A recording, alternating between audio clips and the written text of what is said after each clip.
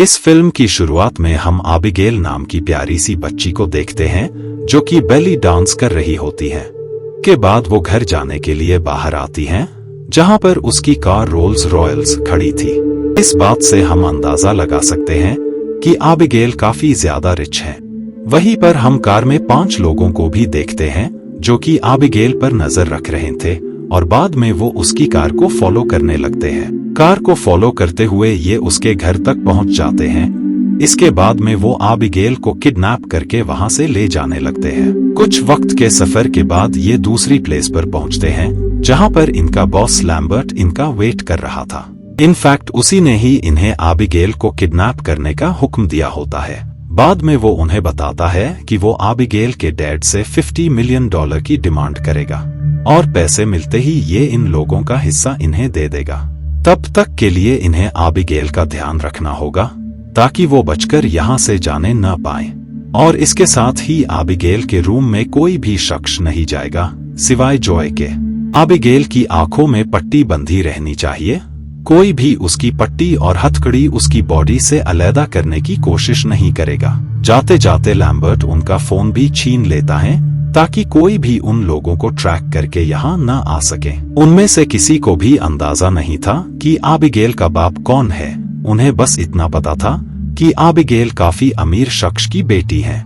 Rules के मुताबिक Joy आबिगेल के रूम में जाती है जबकि बाकी लोग बाहर ही वेट करते हैं। कुछ पलों बाद आबिगेल को होश आ जाता है, जिस वजह से जॉय आबिगेल की आंखों से पट्टी हटा देती है।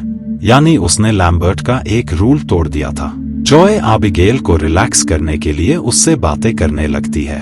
बातों के दरमियान में ही आबिगेल उसे बताती है कि उसके डैड उसे बिल्कुल भी प्यार नहीं करते हैं और न ही उन्हें उसकी फिक्र है। इसी वजह से उन्होंने फिजूल ही उसे किडनैप किया है, क्योंकि उसके डैड उसे बचाने के लिए इन लोगों को कोई भी पैसे नहीं देने वाले हैं। खैर इसके बाद जॉय रूम से बाहर जाने लगती है।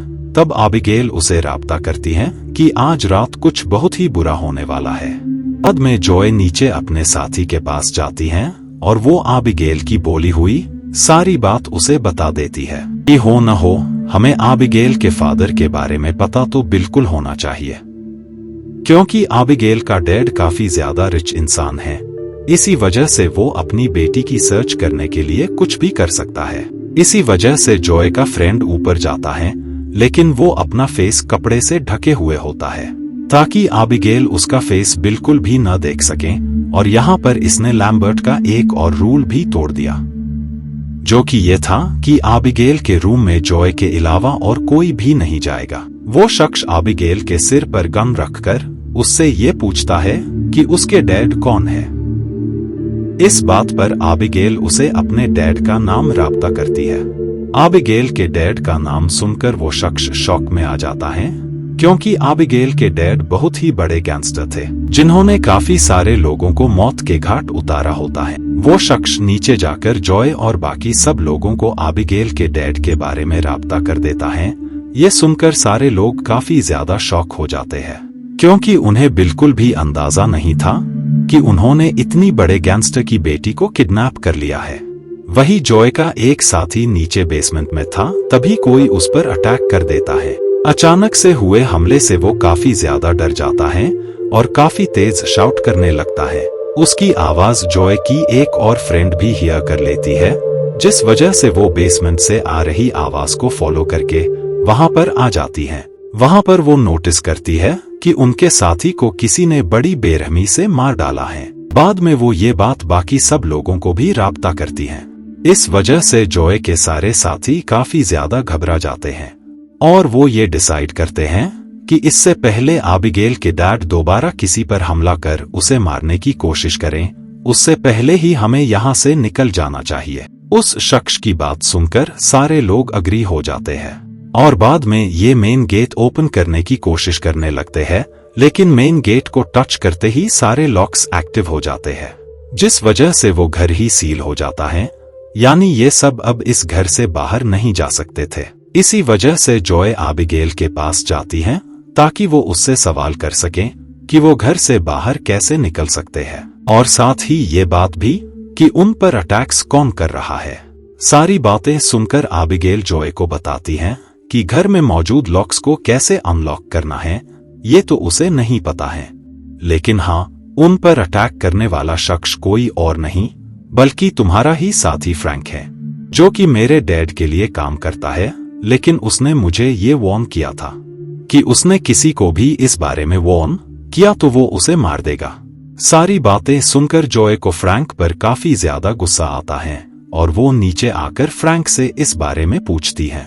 तब फ्रैंक उसे बताता है कि आबिगेल झूठ बोल रही है, वो आबिगेल के डैड के साथ बिल्कुल भी मिला हुआ नहीं है। इनफैक्ट अगर उसी ने ये सब कुछ किया होता तो वो खुद को इस घर में बाकी लोगों की तरह क्यों फंसाता। इसी वजह से सारे लोग आबिगेल के रूम में जाते हैं ताकि वो पूरी रियलिटी जान सके। लेकिन उनके रूम में आते ही आबिगेल खुद से बंधी हथकड़ी को बॉडी से अलग कर देती है और देखते ही देखते वो अगले पल ही वैम्पायर में तब्दील हो जाती है। फ्रैंक आबिगेल पर गन भी पॉइंट कर देता है, लेकिन तब तक वो उनके एक साथी को मार चुकी थी। जॉय उसके सिर में बुलेट मारती है, लेकिन इससे आबिगेल को कुछ भी नहीं होता है।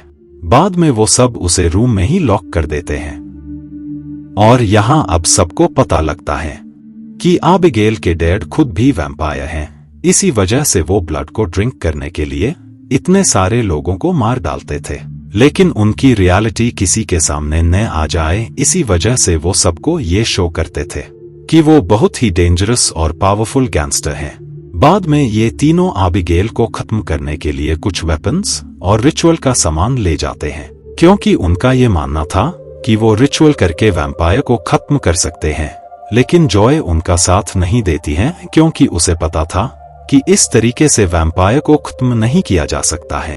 इधर वो लोग आबिगेल को खत्म करने जाते हैं, लेकिन उन रिचुअल्स का उस पर कोई भी असर नहीं होता है। उल्टा वो ही इन सबको काफी ज्यादा इंजर्ड कर देती है। इस वजह से इन सबको रूम से भागना पड़ता है। अब क्योंकि इनका प्लान फेल हो गया था, इसी वजह से अब ये जॉय के प्लान में उसकी हेल्प करने का डिसाइड करते हैं। असल में जॉय का प्लान ये होता है कि वो आबिगेल को इंजेक्शन लगाकर उसे बेहोश कर देगी। अब क्योंकि उनके पास दूसरा और कोई भी प्लान नहीं था, इस वजह से उन्हें जॉय की बात माननी पड़ती है। ये सब लोग पूरे घर में आबिगेल की सर्च करने लगते हैं, क्योंकि आबिगेल डोर को ब्रेक करके अपने रूम से बाहर आ गई थी। पूरे घर में तलाश करने के बाद फाइनली जॉय के एक साथी को आबिगेल मिल जाती है, जिस वजह से वो उसे पकड़ लेता है और जॉय सही मौका देखकर उसे बेहोशी का इंजेक्शन लगा देती है, जिस वजह से आबिगेल बेहोश हो जाती है। बाद में जब उसे होश आती है तब वो खुद को प्रिजन के अंदर पाती है। आबिगेल उन लोगों को मैनिपुलेट करने की काफी ज्यादा कोशिश कर रही होती है ताकि उनमें से कोई उसकी बातों में आकर सेल को अनलॉक कर दे, लेकिन सब लोग उसकी रियलिटी से वाकिफ थे। इस वजह से इस बार कोई भी उसकी बातों में नहीं आता है और अब हमें पता लगता है कि असल में इन लोगों ने आबिगेल को किडनैप नहीं किया था, बल्कि आबिगेल ने ही इन लोगों को किडनैप किया होता है।